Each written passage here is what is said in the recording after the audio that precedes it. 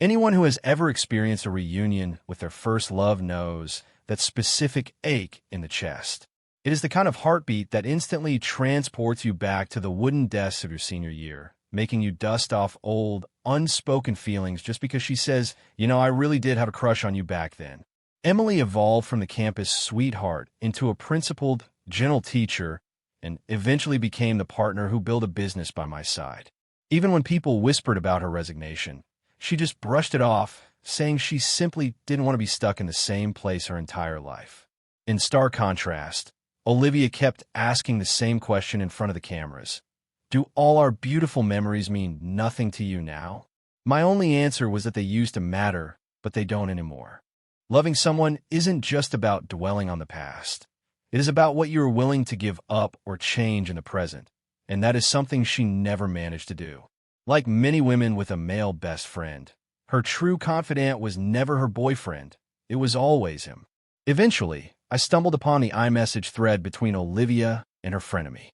He had sent her a text that read, "That poor loser. Just have some fun with him and move on. Don't take him seriously." By the time I finally checked out of the relationship, she was the one crying and demanding to know why I was betraying our love. I just gave her a small smile and said, "I was just having some fun with you too, Olivia. Don't take it so seriously." On Olivia's birthday, she put on an outfit that was incredibly provocative, yet she flatly refused to let me drive her to the club. I glanced at how low the back of her dress cut and asked quietly if Cooper Miller was going to be there. Olivia paused while applying her lipstick, her voice immediately sharpening with irritation. "Can you stop obsessing over Cooper for 5 minutes? I already told you, we're just friends." She was well aware of how much I detested Cooper, yet she never once reconsidered her behavior. In her mind, I was just being petty and overly sensitive. I stayed silent, and Olivia seemingly realized she had crossed a line with her tone. She softened her voice, saying, "Don't overthink things. I am not taking you because you already said you hate that social circle. I will be back by midnight, so we can celebrate together. Just be a good boy and wait for me at home. Okay?" After saying that, she leaned in to peck my ear and grabbed her purse to head out. That flimsy dress of hers was so thin that the moment she leaned over, it left absolutely nothing to the imagination. I had brought this up to her countless times, but every single mention of it ended in an explosive argument. Olivia always insisted that only weak men tried to control what a woman wears, claiming that a real man focuses on protecting his girlfriend. But how was I supposed to protect her? Every time she went out with that chaotic crowd of hers, I wasn't even given the privilege of being present. She claimed it was awkward to bring me along since her friends didn't know me. This time, I didn't bother arguing. As Olivia stepped into her heels and paused at the door, she looked back at me and asked, "Honey, why do you seem so indifferent? It is my birthday, and it would be so rude not to invite them out. I promise I will spend less time with them after tonight." I still didn't say a word. I just offered a faint smile. She had no idea that I wasn't just letting it go this time. I was done worrying about her for good. To be fair, Olivia and I did have some truly wonderful moments in the past. Back during our internships, I was often too swamped to even think about food. She would show up with a lunchbox, claiming she had cooked it herself, and watch me eat with a huge grin on her face. Afterward, she would insist on getting her favorite ice cream. On those sweltering summer nights, she would start complaining about being tired after just a few blocks and demand that I give her a piggyback ride. Olivia always smelled like expensive perfume and felt as light as a feather. I would carry her all the way to the end of the street to buy her favorite Haagen-Dazs before we headed back to the office and eventually drove home. At the time, I cherished those simple moments of happiness, but Olivia frequently complained that I lacked a romantic bone in my body and had no idea how to sweep a girl off her feet. To keep her satisfied, I spent hours looking up dating ideas online, racking my brain for ways to make her smile. Looking back, it feels like the whole world is obsessed with teaching men how to treat their girlfriends right, yet no one ever bothers to teach women how to actually love a man. Eventually, I noticed her getting closer and closer to her childhood friend, Cooper Miller. I tried to bring it up gently a few times.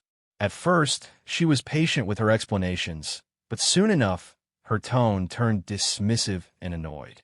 She insisted that it was perfectly normal for men and women to be close, that Cooper was just her best friend, and that I was seeing things that weren't there.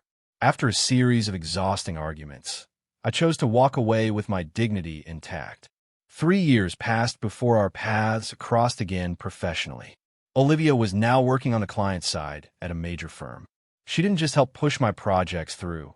She constantly reminisced about our past and started bringing me lunch again, claiming she was worried I was skipping meals. Then came the day she made a grand, public confession of her feelings right in front of all my colleagues. She talked about how much she regretted letting me go and claimed she had stayed single all those years just waiting for me to come back. Her speech was so moving and seemingly sincere that, amidst the cheers of my coworkers and a few too many drinks, I ended up getting back together with her in a total blur. Everyone kept telling me how lucky I was and that a girl as devoted as Olivia was a rare find. They insisted I cherish her. But if she truly loved me that much, how could she still be playing these ambiguous games with other men? I suppose I was just drunk enough that night to fall for the lie that people actually change. I lit a cigarette, changed my clothes, and headed out alone around 8 o'clock. New York City was glowing with lights and teeming with people. I grabbed a few beers and some street food, then just sat on a bench, staring blankly as the traffic and the crowds surged past me. Eventually, I bought a solo ticket for a movie I had been dying to see. We had promised to watch it together when it first came out, but it was almost out of theaters and we still hadn't gone. Her social calendar was always packed. Every time I tried to set a date, she would just blink those big, innocent eyes and pout, saying she already had plans with her friends. She probably thought that little act was adorable, but after the 100th time, all I could do was offer a forced smile. Fortunately, I have started to move on. Without Olivia sitting next to me and constant chirping in my ear, I found I could actually enjoy the film in total silence. When the credits rolled, I made my way out toward the Central Plaza steps. That is when I saw a couple locked in a passionate kiss right in the middle of the crowd. People were hooting and hollering, egging them on. After a long moment, the man pulled away, wiped his mouth with a smirk, and yelled to his friends that he had completed the dare, or they could go back to the party. It was Cooper Miller.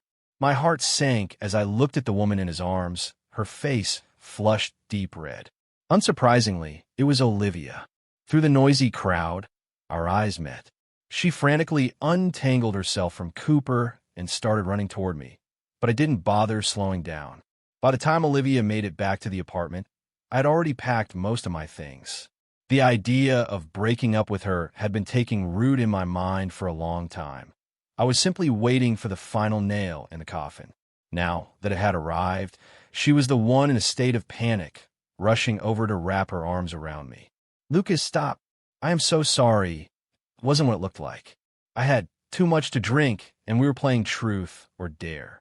Everyone was peer pressuring me to kiss Cooper. I figured since I might not see him much anymore, I would just get it over with. "I promise it will never happen again." She reached for my suitcase, but I gently but firmly pushed her hands away. Her explanations felt completely hollow. If they were truly just ordinary friends, why would their entire social circle treat them like a couple and goad them into kissing? People don't pull stunts like that unless there is already an obvious spark of impropriety between the two. In their high society world, the Miller family was practically royalty. No one would have dared to pull a stunt like that if there hadn't been rumors flying for months. I had intended to make this a dignified exit, but listening to her excuses made me let out a cold, cynical laugh. It was pathetic. She knew exactly why I was leaving and exactly what she had done wrong. Yet she had spent months gaslighting me, telling me I was just imagining things. I looked her in the eye and asked, "Are you apologizing because you actually regret betraying my trust, or just because you got caught red-handed?" Olivia's face went pale, as if my words had physically stung her. Her long lashes fluttered before the tears began to stream down her face. When she realized I wasn't going to cave in and comfort her like I always did, she froze for a few seconds before whispering another apology, claiming it was all a freak accident and that she never expected Cooper to actually go through with the kiss. I didn't believe a single word coming out of her mouth anymore. especially since I could see her phone lighting up on the coffee table out of the corner of my eye. A notification popped up, and I could clearly see that Cooper Miller's chat was still pinned right at the very top of her messages. Only a few days ago, she had sworn on her life that she had deleted his number. It was just another blatant lie. The message on the screen read, "Is he really throwing a tantrum over a dare? He's so broke and petty. I don't get why you're even with a guy like that. Just have your fun and don't take him seriously." Olivia saw the message too. Her face twisted in embarrassment as she scrambled to flip the phone face down on the table. Then she tried to throw herself at me again, wrapping her arms around my waist.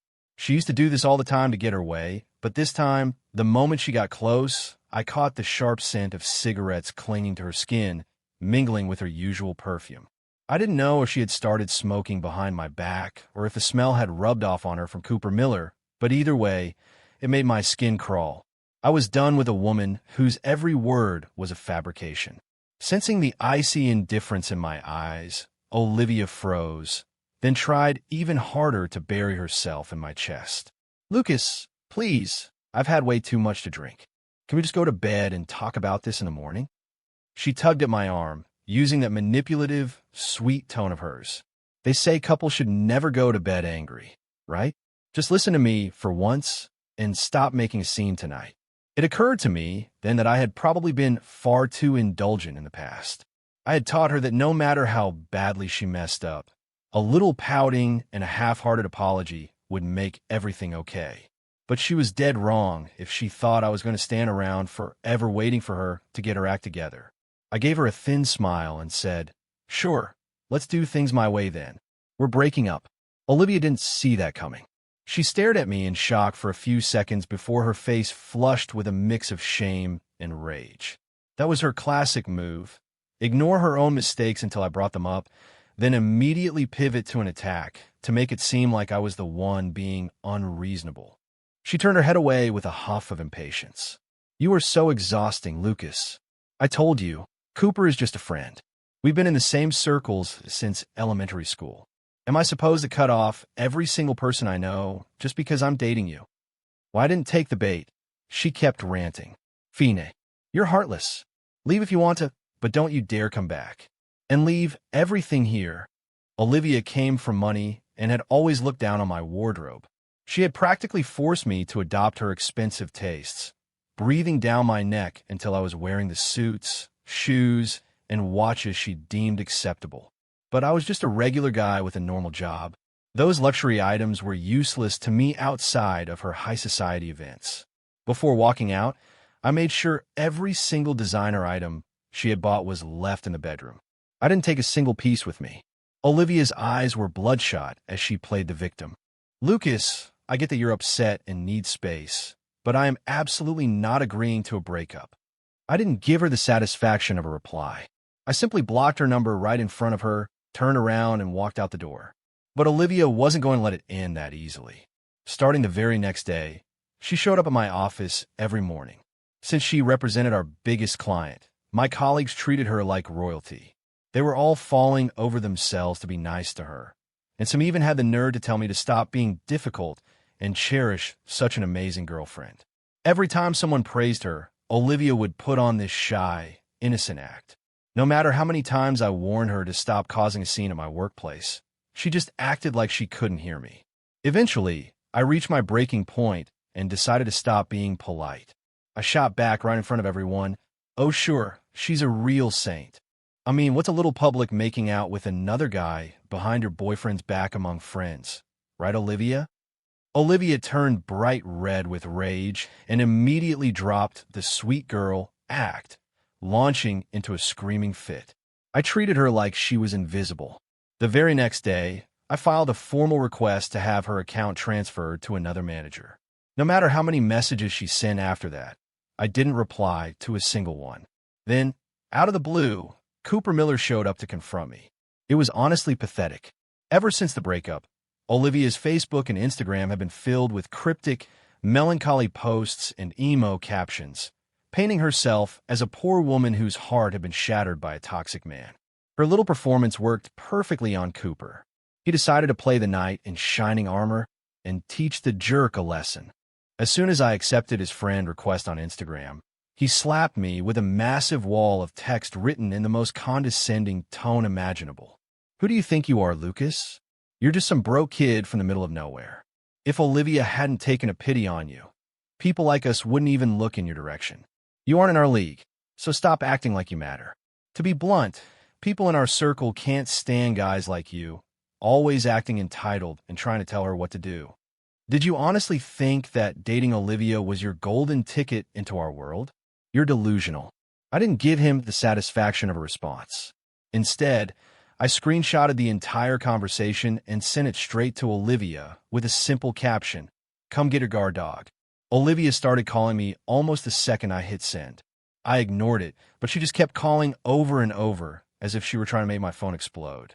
At that moment, I deeply regretted only blocking her on iMessage and not blacklisting her actual phone number as well.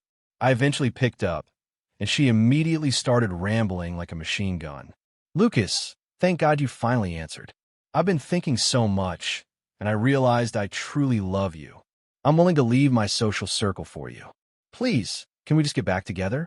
I know you still care about me. Otherwise, you wouldn't have bothered with Cooper's provocations. Just give me one more chance, please." I took a deep breath, genuinely stunned by her sheer delusion. After a long silence, I finally asked, "Do you seriously have nothing to say about the disgusting things Cooper just said to me?" "He was just worried about me. He didn't want to see me sad, so he was sticking up for me. He just has the wrong idea about you. I'll formally introduce you guys later, so you can clear up the misunderstanding." I went completely silent. Her logic was so twisted, I couldn't even find the words to respond. The fact that she thought Cooper and I could just clear things up was insane. If a simple introduction could have solved the problem, why hadn't she done it during the 3 years we were together? It was nothing but self-delusion. I let out a cold laugh. "Olivia, have you ever actually sat down and thought about what our life would look like if we actually got married?" The other end of the line went dead silent. She didn't answer right away, and I didn't pressure her. I just waited. It seemed like she finally realized that my decision to leave wasn't just about her inappropriate relationship with Cooper Miller. It was about the fundamental fact that our worlds were incompatible. I had always approached our relationship with the intention of building a real life and eventually getting married. Olivia let out a long, heavy sigh before finally speaking. "Lucas, I do love you, and I really do want to marry you. But you know as well as I do that my parents would never give their blessing." I nodded to myself, my voice dripping with sarcasm. "Then you finally understand. The problem is you, not me. Don't call me again." After that final confrontation, I set my phone to block all calls except for my contacts. I never imagined Cooper Miller would be vindictive enough to go as far as he did. I didn't realize what was happening until I received a termination notice from my firm. It turned out he had used his family's connections to put the squeeze on my boss. On my last day at the office, my manager took me out for a drink. "Lucas, I really believed in you. I was planning on promoting you next year, but my hands are tied with this Miller family situation. You probably won't find another decent gig in New York after this. Look, we're both from the same area in Ohio. Go home, and I'll put in a good word for you at a firm there." Honestly, I was already burnt out by the relentless grind culture of the big city. With a decent severance package in my pocket, I cracked a few jokes about how at least I'd keep my hair if I quit now. I packed up my desk and bought a train ticket back to Columbus. I couldn't believe it when Olivia actually tracked me down at the train station. I had just reached the plaza when she cut me off, clutching my sleeve with a look of pure desperation. "Lucas, I love you. Please don't go. Stay here with me. I'll give up everything for you. Look, I even brought my ID and all the paperwork. Let's just go get married right now." She looked up at me with such pathetic hope, trying to lace her fingers through my arm. I reached down and peeled her fingers off one by one. "Olivia," I said coldly, "even if you were the last woman on earth willing to marry me, I wouldn't want you." I pushed past her and dragged my suitcase toward the entrance. She stood there frozen, as if I had just spoken a foreign language. It was hilarious that she genuinely believed I would just wait around forever for her to choose me. Thankfully, the station used automated ID scanners now, so I didn't have to explain the scene to any ticket agents. I didn't realize that someone had filmed our confrontation at the station. Olivia is a beautiful woman, and the narrative of a wealthy socialite chasing her lost love was perfect clickbait. The video went viral instantly. She seized the opportunity to open a TikTok account, sharing our story and gaining thousands of followers overnight. I, on the other hand, was cast as the heartless villain of the story. Even when Olivia occasionally tried to set the record straight, she remained intentionally vague, just repeating that everything was her fault without explaining why. It only made the internet feel more sorry for her, convinced she was just a heartbroken girl trying to protect a man who didn't deserve her. As the video gained more traction, my life in Columbus became miserable. Every other day, a stranger would stare at me in public and ask if I was that trashy ex-boyfriend from the internet. Finally, I snapped and went live on TikTok, putting on a performance of a lifetime. Fine, you want the truth? She chased me down because her best friend has terminal liver failure and they needed me as a donor. She wanted me to literally give a piece of my liver to her childhood buddy. I said no and ran back to Ohio to save my life. Don't believe everything you see on the internet. I warned everyone to stay far away from anyone named Lynn or Miller, unless they wanted to wake up in a bathtub of ice. Watch out, I joked darkly. They're probably checking your blood type right now. I fought fire with fire, figure she was going to lie. I might as well play the game. The comments on Olivia's post became a battlefield, half the people pitying her and the other half calling her a psycho who wanted my organs. Eventually, she went quiet, and the train station love story finally faded from the trending page. Thanks to the lead my former boss gave me, I landed a solid job with great pay and finally felt settled back in Ohio. Not long after moving back, I attended a high school reunion and ran straight into my first love, Emily Thompson. Most of our graduating class had lost touch, but one of my oldest buddies insisted on throwing a party when he heard I was back in town. He rounded up everyone he could find, and that included Emily. She had always been naturally beautiful with a gentle, sweet aura. Even back in the day, she could make a boring high school hoodie look like high fashion. She had these faint little dimples when she smiled, and there was a refreshing, wholesome quality about her that just made you feel at ease. I was a bit of a troublemaker back then and loved teasing her until she'd pout and snap that she was never speaking to me again. Of course, she always did. During the suffocating stress of senior year, Emily was my only source of light. Just thinking about her gave me the strength to keep going. My biggest dream back then was for us to get into the same university. But life happened. She changed her plans at the last minute to stay close to home, and we gradually drifted apart. My high school crush was as pure as it gets. I never even entertained the idea of actually being with her. Emily was the undisputed school sweetheart, and a regular guy like me didn't even dare to dream that big. Back then, Emily was like the moon, something beautiful you could only admire from a distance. To a guy like me, she was a radiant light that felt completely out of reach. But now, sitting around the dinner table with our old friends cheering, I noticed her eyes were starting to shimmer with tears. Hey, Emily, we could never get you to come out to these things before. How come you showed up the second you heard Lucas was back? Another friend joked. Is our former prom queen still as ethereal as a teacher? Man, I wonder who the lucky guy is who finally married her. Then someone added, remember when Emily used to tutor Lucas one-on-one? Didn't he have a girlfriend, even back then? I shook my head, cracking a beer for the guy next to me as I cut him off.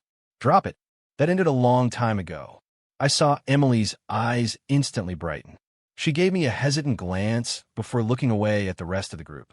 When I got up to head to the restroom, she followed me out and caught me in the hallway. I'm actually single too, Lucas, she said softly. And for what it's worth, our friends were right. I really did have a crush on you back in high school. I stood there completely floored. I didn't know if it was the confession itself or her bluntness that caught me off guard. Without thinking, I asked, and now? She looked up and replied, now? I still do.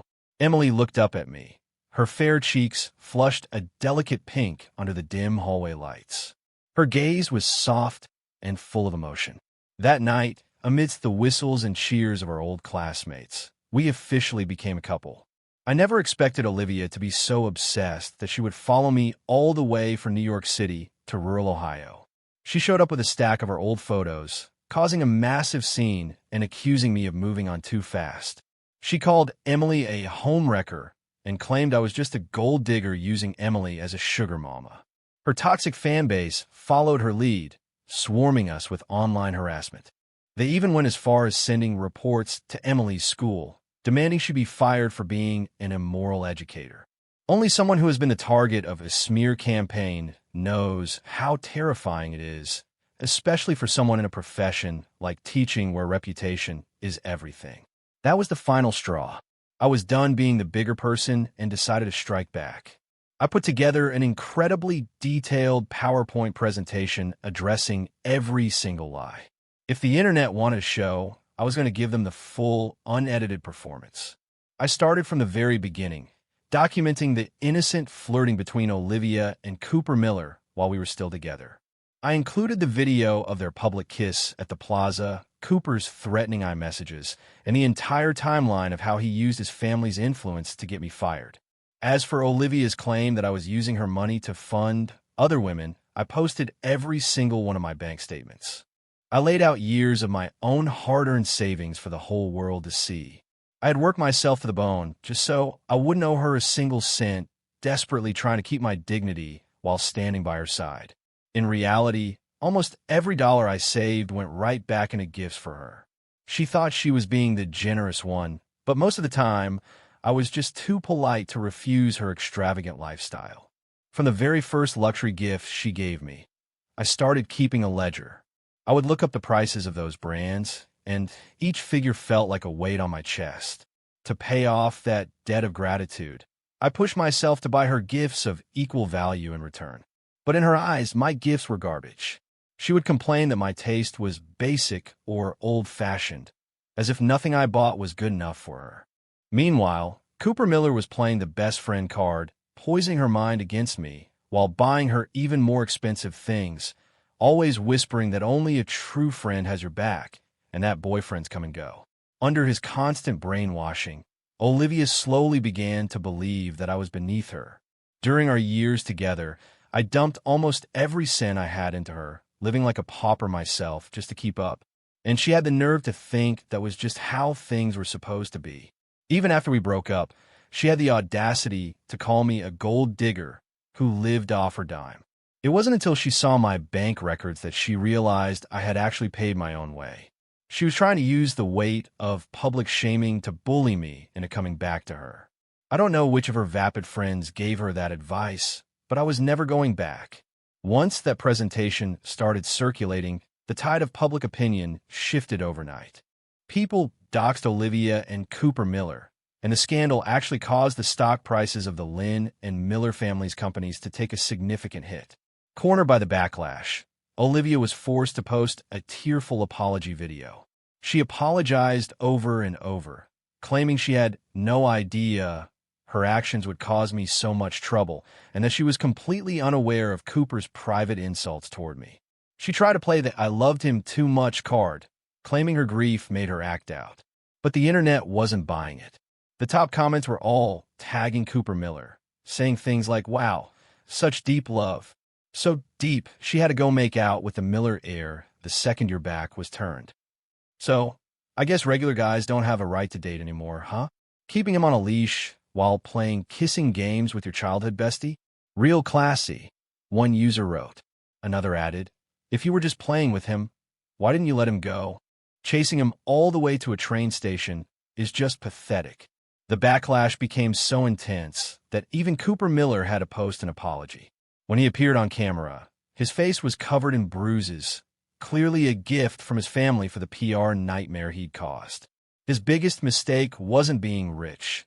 It was his blatant contempt for regular people, while his family's business relied on them for their wealth. In a weird twist of fate, I ended up gaining a huge following from the drama.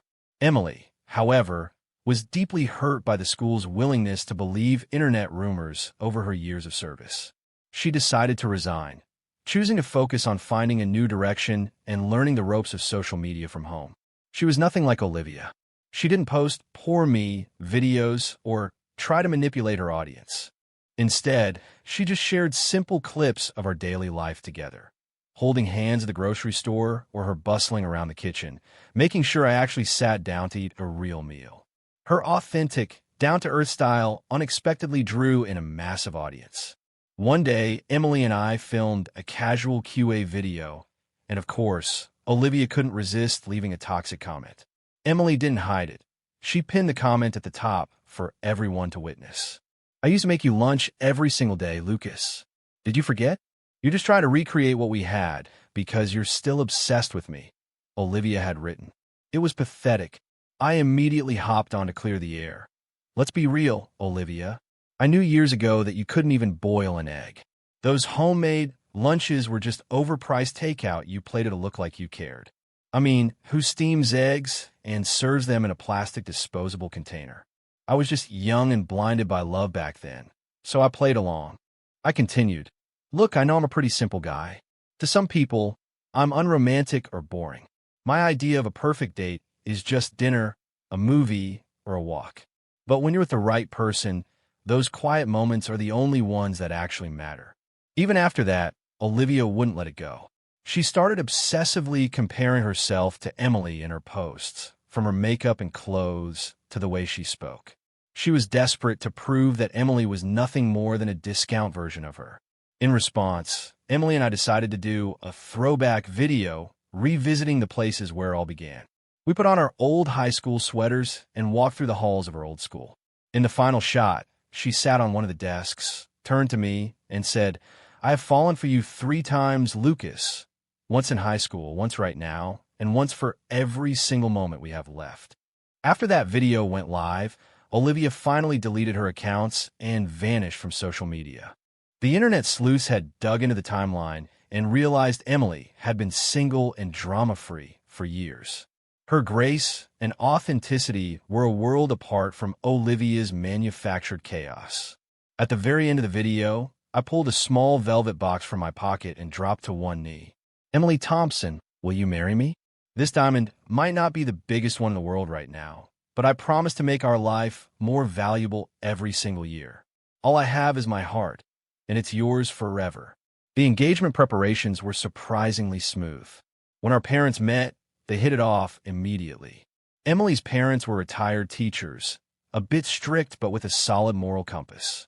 My parents were humble government employees. We weren't wealthy, but we never wanted for anything growing up. Nobody expected our quiet, traditional engagement party to be crashed by a fleet of Bentleys. Cooper Miller and Olivia stormed into the hotel like they owned the place. When a waiter tried to politely stop them at the door, Cooper just pulled out a wad of cash and threw it in the man's face. "Is this enough for you to shut up? Move." Olivia completely ignored the commotion, her eyes locked onto mine as she marched toward the head table. They had clearly planned this. She was actually wearing a full white wedding gown, a designer piece far more extravagant than Emily's elegant engagement dress. I was so angry I actually laughed. I instinctively pulled Emily behind me and glared at them. "This is our engagement party. If you're done with the theatrics, get the hell out." Olivia's tears started falling instantly, leaving streaks down her perfectly applied makeup. "Lucas, I'm here to win you back. If you want me to be like her, I'll do it. I'll do anything just to be with you again. Please come with me. I can't survive without you. Lucas, I'm pregnant with your child." The room went dead silent. Even Cooper Miller, who was still busy harassing the hotel staff, froze and stared at her in total shock. No one had expected her to play a card that desperate in front of everyone. I could feel Emily's body stiffen behind me, her grip on my hand tightening painfully. I looked at Olivia and felt nothing but pure disgust. I let out a cold snort. "Olivia, do you really think I'm that stupid? Do the math. We've been broken up for months. Check a calendar. By any stretch of the imagination, the timing doesn't work. That child has nothing to do with me. If you want to keep lying, let's go to the hospital right now for a blood test, Ms. Lin. Regardless, my heart belongs to my fiancé and no one else." Olivia's face drained of all color, and she looked like she was about to collapse. She bit her lower lip so hard it started to bleed. Even as she sank to the floor, she kept her eyes fixed on me, filled with resentment. You say your heart is hers, but what about me? Do all those years we spent together count for nothing? I pulled Emily closer and didn't even bother looking at Olivia. Didn't the great Cooper Miller say it himself? Being with me was just having fun. If it was just a game to you, why are you getting so emotional now? If you want a definition for what we were, let's use Cooper's. We were just friends who happened to kiss occasionally. Olivia seemed to have lost her mind. She was laughing and sobbing at the same time, crawling toward me as her long silk train tangled around her legs. She lunged forward and grabbed the hem of my trousers. Don't go. Even if we're just friends, please, Lucas, don't leave me. I glanced over at Cooper Miller, who was shaking with rage, looking like he wanted to murder me on the spot. It was beyond pathetic. One of them plays the devoted lover, and the other plays the tragic heroine. Yet when the truth comes out, he stands there blaming me instead of taking his woman home. A long time ago, you two were so arrogant, saying that if you really wanted to be together, I wouldn't even be a factor. Well, I'm gone now. I've been out of the picture for months. So why aren't you two living your happily ever after? I kicked my leg free from her grasp and gave her one last look. Olivia, I did love you once, but that is ancient history.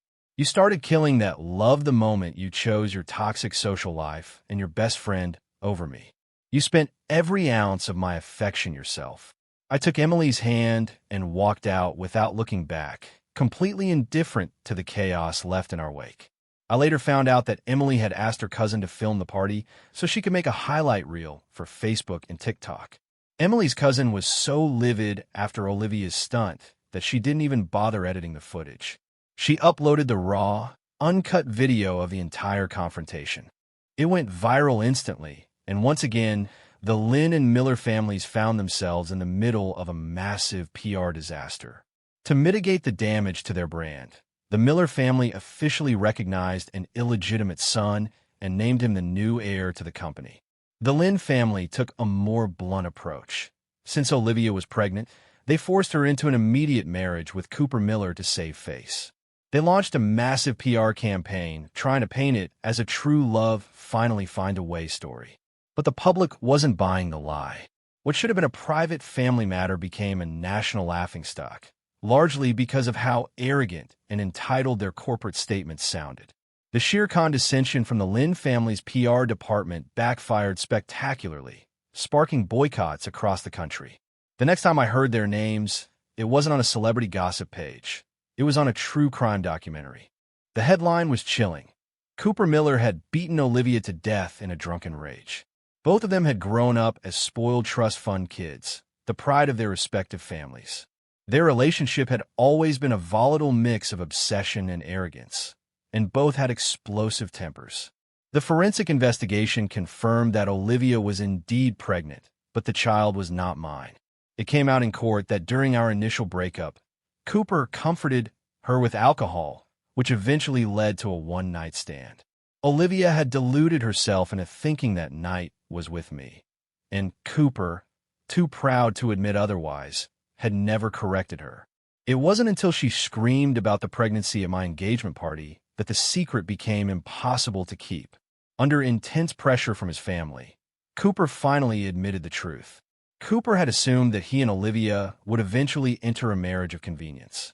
They would have their own flings on the side while maintaining a perfect facade for the public. But Olivia actually falling for a guy like me had bruised his massive ego. He had spent months poisoning her mind against me before taking advantage of her at her lowest point. When Olivia realized who the father of her child really was, she had a total breakdown and threatened to sue Cooper for assault. However, her own parents silenced her, forcing her into the Miller family to protect the merger. The Millers weren't about to let a scandal regarding their bloodline hit the press, so the wedding was rushed through.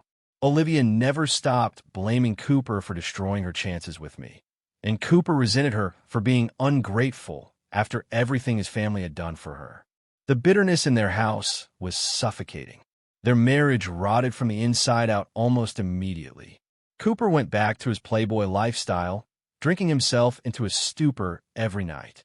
During one particularly violent drunken argument, he completely lost control. He didn't just cause her to miscarry.